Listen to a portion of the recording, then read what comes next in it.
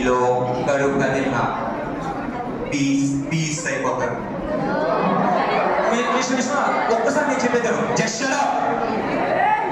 నీ నోట్లో నుంచి ఒక్క మాట వస్తే నా కళ్ళు బుల్లెట్ గుండెల్లో దిగిపోతుంది.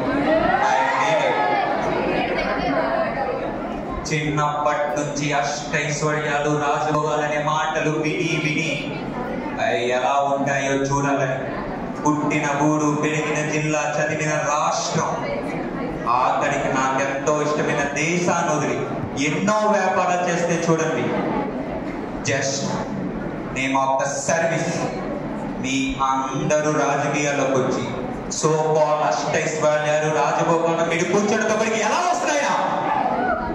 మిస్టర్ సీఎం, ఈ రాష్ట్రానికి సేవ చేస్తున్నందుకు నీకు ఇచ్చే జీతం ఎంత? మినహాయింపులు పోను ఒక సీఎంకి 3,50,000, ఒక ఎంపీకి 2,24,000, ఒక ఎమ్మెల్యేకి 1,09,000.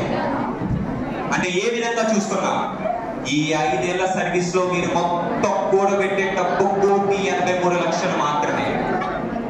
కానీ ఈ రోజున నీ బినామీ పేర్ల మీద, నీ సూట్ కేస్ కంపెనీ మీద నువ్వు మొత్తం కూడబెట్టే డబ్బు అక్షరాల 72,000 కోట్లు. సాధారణంగా ఎవరికైనా ఉద్యోగం చేసే డబ్బులు వస్తాయి, వ్యవసాయం చేసే డబ్బులు వస్తాయి, వ్యాపారం చేసే డబ్బులు వస్తాయి. కానీ సేవ చేస్తున్నందుకు 100 లక్షల కోట్లు మీకు ఎలా వస్తాయా?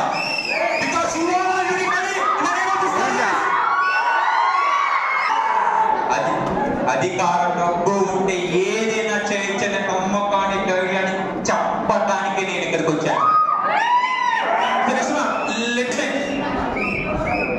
ఇలా మాట తప్పే పొలిటీషియన్ అనుకున్నావుడా? వీడు నీ అంతటో ఎన్నో వినాశనాలు విధ్వంసాలు చేశాడు, ఎన్నో ఇండస్ట్రీల గా 3 లక్షల ఉద్యోగాలు చేశాడు. నేనేం చేశారా? ఎంతో కష్టపడి చదివో 25 ఏళ్ళు చదివిన ప్రతి విద్యార్థి అర్హత గల ఉద్యోగం చేస్తూ మిగతా 25 ఏళ్ళు గడపాలనుకుంటాడు. కానీ కేవలం మీ వల్ల మన రాష్ట్రంలో, మన దేశంలో సర్వే ప్రకారం కేవలం 6.3% మంది అలా బతుకుతున్నాడు. మిగతా 93.7% మందికి చదివి అర్థం లేదు, చేసే ఉద్యోగానికి సంబంధం లేదు. ఏం దౌర్భాగ్యంరా! ఒక 3 లక్షల ఉద్యోగాలు ఇస్తా అంటారు, ఇంకొక 5 లక్షల ఉద్యోగాలు ఇస్తా అంటారు. ఇలా మీరు నోటికి వచ్చినంత బాగి వాళ్ళని మధ్యపెట్టి వాళ్ళ ఓటులతోనే మీ రాజకీయ నిరుద్యోగులను అధికారాన్ని కూర్చోబెట్టి చివరికి వాళ్ళ పుడుగులు కట్టే ఈయనగా చూస్తున్నారు కదా. అందుకే అర్హత ఉన్నోళ్ళు అసెంబ్లీలో ఉండాలి, పద్ధతి ఉన్నోళ్ళు పార్లమెంట్ లో ఉండాలి, మర్యాద ఉండాలి, మేయర్ కావాలి, సభ్యత ఉండాలి, సర్పంచ్ కావాలి.